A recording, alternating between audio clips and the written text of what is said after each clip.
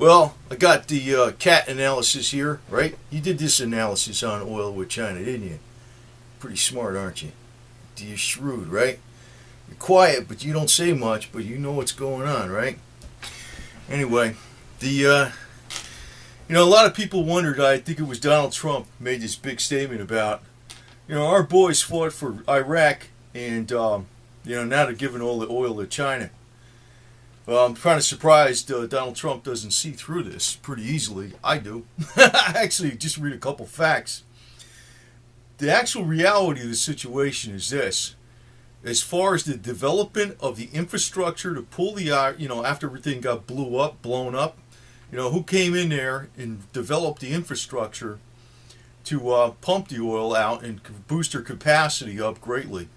It was the American companies, basically. Actually, they're reaping more than half the profits in the development of that oil, the infrastructure, like Halliburton's in there.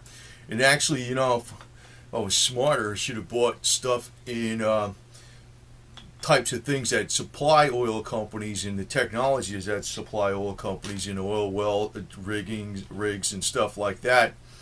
Because not just go into the commodity oil, because there was like 4 companies, and one of them being Halliburton, that reaped most of the profit in the development of the infrastructure in oil in Iraq.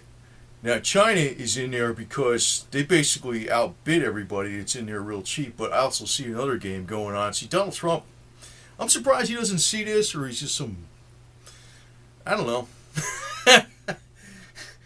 Actually, usually my role was to tell people that with the money, my analysis on things, and they listen, because I think different from a lot of other people, and I hit the nail on the head a lot of times. Well, what's going on is this, and is that China got in there cheaper, but you know what? They're taking a risk.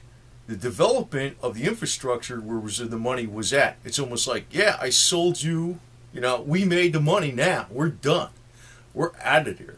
Now we're developing oil over in the United States. The United States is going to be the world's biggest exporter of oil by 2020. We're going to be number 1 in the world in oil. And basically, they're out of there. They got their money. Now, what's the other thing going on with Iraq? The American military is basically out of there. So if there's a revolution or something, if the area becomes destabilized, guess what happens? China loses out. Basically, they got a long-term, forever investment now. The ones that did the development, it was like, yep, we did it, we sold it, goodbye. And it was a much more profitable deal. It's not so much, how long you're going to be in the game. It's like how much money you get now. And they got their money now. Halliburton isn't stupid. Now figure this. Here's another angle. I know Lindsey Williams he's giving it to you. I don't listen to him listening to him. But he's giving to you a basic overall that's correct. But he's got a lousy analysis. That's his problem. If there's a lot of turmoil in the Middle East, which there's going to be at some point, and Iraq goes up in smoke, what's going to happen?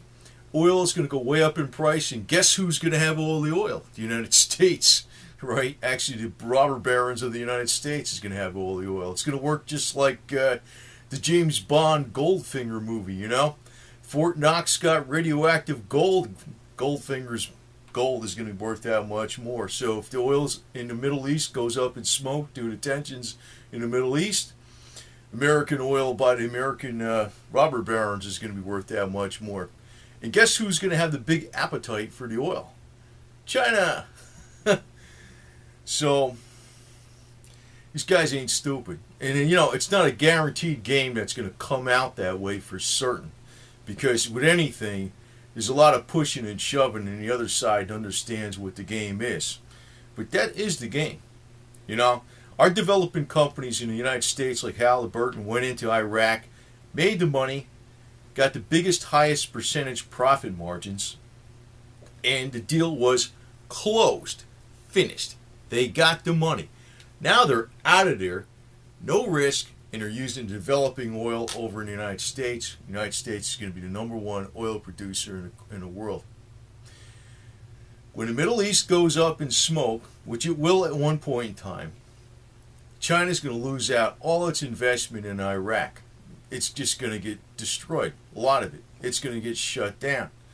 Then, where are they going to get the oil from? Well, I guess the United States is going to be the world's largest oil producer. And that's just how they want it to play out. But, you know, it's something that you're not hearing on the internet. And this is how I see it. This is the game how I see that they're playing. It's not something I learned from some other alternative person. But, you know, my role was always to tell the guy what the deal was so we make the right moves to hit the money. And, you know, the goal is always get the money now. N-O-W, capital letters. That's why the American companies went in there with the development. They were the only ones that had the know-how. Nobody can really compete with them on bids or anything. Halliburton knew how to freaking build the infrastructure and what to do to get the oil out of there. Now it's China's got it. But you know what? The American military's pretty much out of there. Guess what? They can get cut off of everything, you know, that they got invested in there right now. And then they're going to have to buy from the United States. It's business, man. And don't think that any other country wouldn't do the same thing. Putin would do the same thing. China would do the same thing. It's the evil world of business. That's how it is. That's how it is. You just got to understand what the game is. But NOW now is always more important than later. You know? Always more important. And it looks like the American developers of the oil infrastructure got their money immediately at high profits. At high profits. So Donald Trump, I don't know how he doesn't see this, but he probably runs very good casinos, man. He probably does. I don't know. One of my cousins, he's one of the top gamblers down here in the Pagoda Hotel. I don't know if Donald Trump owns that thing, but big good gambler. I wish I understood that stuff. He makes $50,000 a day sometimes playing poker. One of the best in the industries, right?